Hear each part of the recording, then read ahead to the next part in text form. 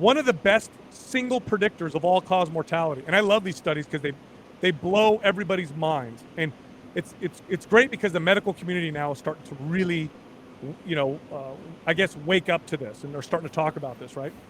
If you were to pick one single test, one single metric that could predict all-cause mortality, almost nothing compares to a simple strength test.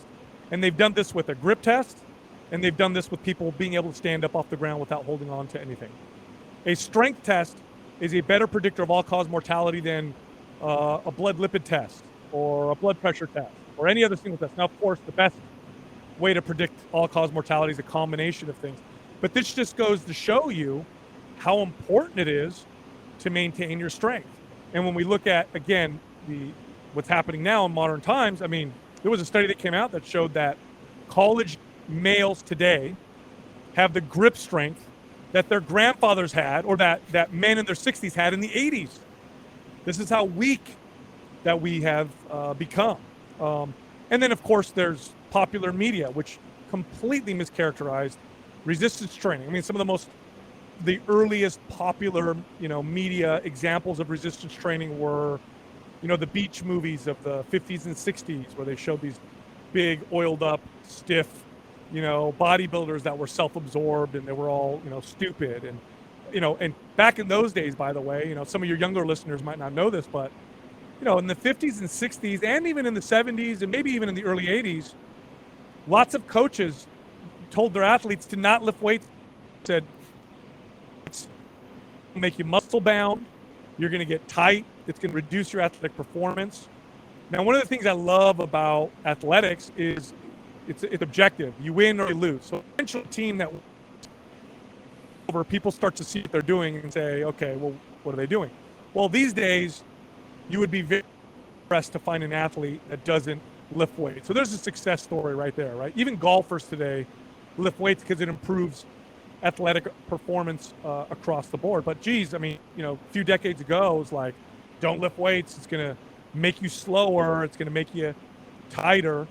So there's a lot of this, and then of course with women, oh boy, I don't think anybody has suffered more from this misinformation than women. The earliest examples of resistance training were always these extreme examples of bodybuilders. I know, Pumping Iron was a documentary that came out in the 70s. Arnold Schwarzenegger, obviously he's very charismatic, bigger than life. And so people identified resistance training as like pro bodybuilder, right? Like you look like this huge, humongous, veiny, whatever. And, the truth is, by the way, and I love telling people this because it's funny how the average person doesn't understand this, but the ability to build that much muscle is akin to seeing somebody that's probably 7'5", right? So how often, and forget the NBA, because the NBA is a collection of just genetic anomalies. How often have you ever seen anybody in real life that's over 7'5", right? I don't think I ever have, maybe once, and I remember it because it stood out like crazy, right? That's how rare the kind of muscle building genetics that can build the kind of muscle that pro bodybuilders have exist. So if you're watching or listening to this, don't worry. You could try, you could do all you want. You could take all the anabolic steroids in the world and you won't get anywhere near as muscular as Arnold Schwarzenegger, or especially the pro bodybuilders of today. But then, of course, you add on top of that all the drugs that they use and all that stuff. The average person, what they could expect from resistance training is a very lean, sculpted, firm, shapely physique. And the average woman, we'll go back to that, the average woman can expect curves, tightness, tone, and a very fast metabolism. And they could do this for years and they wouldn't look, I've never had a female client come to me and say, I'm building too much muscle. It just doesn't happen, but they've sold that, don't do this because it's going to make you look like the next bodybuilder. Instead, what you need to do is, 500 reps of this, circuit training thing, or this urban hip hop, dance class, or run for long distances.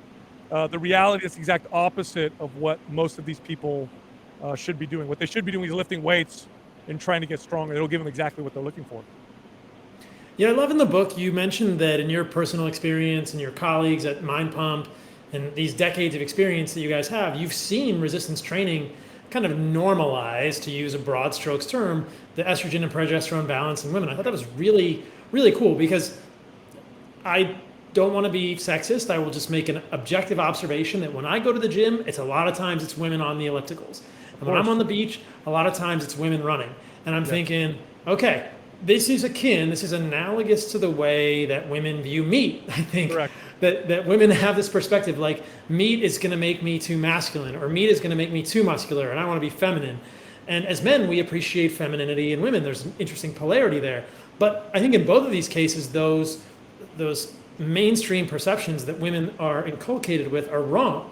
That resistance training, like you said, in your experience, will not make women into overly muscled, mustachioed people. They're not going to turn women into men by No. having you lift weights. It's just going to, probably be good because it builds muscle, which is important for, as we talked about, insulin sensitivity, glucose disposal, metabolism, and it's going to probably do really great things for your estrogen and progesterone balance. Yes, and it'll give you the curves that you're looking for. What the average woman is looking for when they're working out is they want to get lean, but they also want to have shape, right? You don't want to just be, Sure. skinny, what they call skinny fat. You want to have Right. some curve. You have nice glutes and hamstrings and nice, toned back and a nice toned midsection. Well, that's what resistance training creates. It's funny when I used to. So for years, I managed in big box gyms, right? I grand opened some clubs and I managed these gyms, and this was often the conversation that I would have with new potential members. They would walk in, and if they were women, we would talk about the value of resistance training because I was a trainer as well, and I would always get these objections. Oh no, I don't want to lift weights. I'm not trying to get big, or no, I just want to lose weight. That's not what I'm interested in. And so what I would do is when we were talking about this, is I would pause and I'd say, let me call someone into my office. And then I'd get on the intercom and I'd say, attention staff, will so-and-so please come to my office? And I would call one of my female trainers. And in would walk in this, there was one in particular I can remember specifically, 5'2", very small, great posture, like what you would think is like the perfect toned bikini body person walking in, right? So she would walk in, and then I'd say to this new potential member, I'd say, look, we're going to try something, okay? I want you to guess her body weight. And if you come within 10 pounds of her actual body weight, I'll give you 6-month membership for free. And so they'd say, okay, let's do this. So I'd say, okay, how much do you think she weighs? And they'd say, oh, she weighs 105 pounds, or she weighs, 95 pounds or something like that. So then we'd walk over to the scale, and my 5'2" trainer would step on it, and she would be like 135 pounds. And I'd say, okay, the reason why you think she's so light is because she's so small. But the reason why the scale says 135 pounds is because she has muscle. And muscle is dense. It doesn't take up much space. And then I'd follow up and say, could you tell this potential client what you had for breakfast and lunch? And she'd say, breakfast I had a 6-egg omelet and, some sausage and whatever. And then for lunch I had, a burrito from Chipotle. And they'd be like, how can she eat this much? This is insane. I said, well, all that muscle burns a tremendous amount of calories. And resistance training tells the body it doesn't need to be so efficient with calories. And this is an important thing to talk about because sometimes I'll get people who will say, oh, you know what? The study showed that a pound of muscle only burns an extra 10 calories or something like that. So it's not that big of a deal, which even if it were that, that's still a big deal. You add 5 pounds of muscle, even if it were just 50 calories a day, you do the math, that's 10, 15 pounds of body fat a year. But it's actually more complicated than that, right? The human metabolism is extremely complex. It's actually the second most complex thing that we know of in the universe. I'd say the first thing is the brain. The second thing would be mammalian metabolism. And the metabolism does some pretty interesting things.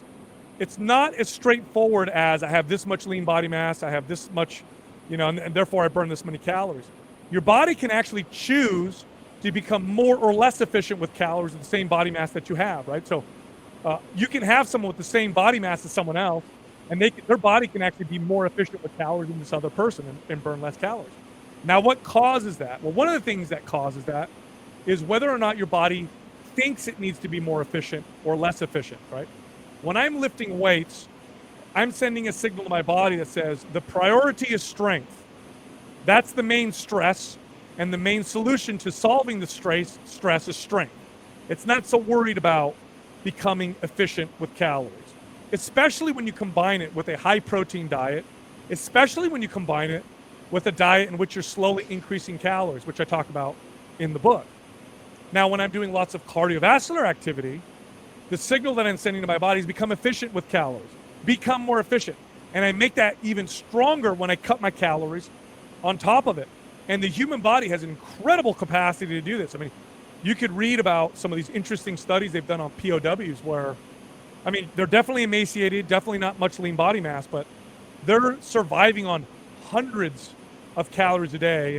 And if we just did the math, it wouldn't make any sense. It wouldn't even be able to, enough to support their organs, let alone their bone and the little bit of muscle they have. But the body has this interesting capacity to become more or less efficient with calories by either producing more heat or doing more, more complex things through metabolism. So resistance training it tells your body to burn more calories all the time. So that trainer that I used as the example, it's like, she's 135 pounds, tiny, sculpted, and she can eat a lot of food. And this is wonderful. And, one of the other awesome things about this is the average person can accomplish a tremendous amount of this with a few days a week of resistance training. Honestly, like, you can actually get pretty far. You can actually get pretty advanced with 3 days a week. A 3-day-a-week full body routine can build, with somebody who's very consistent, very good with their diet, a remarkably, incredible looking physique with 3 days a week. You really can't do that with other forms of exercise. And to make it even more impressive, although no form of exercise produces permanent results, right? Like, one of the problems with exercise, you have to keep doing it, right? That's a common thing people will say. Your body's always going to adapt to what you're doing. But if we could pick a form of exercise that produces the most permanent form of results, well, it's resistance training, because here's the beauty of it. When you build muscle, you increase the amount of, so if I gain 5 pounds of muscle, I got more muscle mass, but I also increase the number of satellite cells in muscle, and I developed something called muscle memory. And muscle memory means that if I lose that muscle, gaining it back the second time around is much easier. If you're a guy, let's say you had a guy who was very consistent with resistance training, and he was really, really on it, and let's say he gained 20 pounds of muscle in a year, which, by the way, is a tremendous amount of muscle for a man to gain in a year. But let's just say he was able to do that. He gained 20 pounds of muscle. And then let's say something happened, I don't know, he stopped working out, and he lost all that muscle, all 20 pounds, over the course of 2 months or 3 months. And then let's say he got back into exercise and decided to gain it back. It took him a year to build that 20 pounds of muscle. He gained it right back in a couple months. Okay? That's one of the incredible hallmarks and advantages of resistance training. In fact, there was a recent study where they compared two groups of people. One group did resistance training for 3 weeks and then would take a week off and then repeat the cycle, 3 weeks on, 1 week off. Compared it to a group that did consistent resistance training every single week. At the end of the 16-week study, what they found were very similar results. Okay? You would not find that with other forms of exercise. If the primary benefit of exercise, like let's say cardio, is the calories that are being burned while I'm doing it, the second I stop, that's it.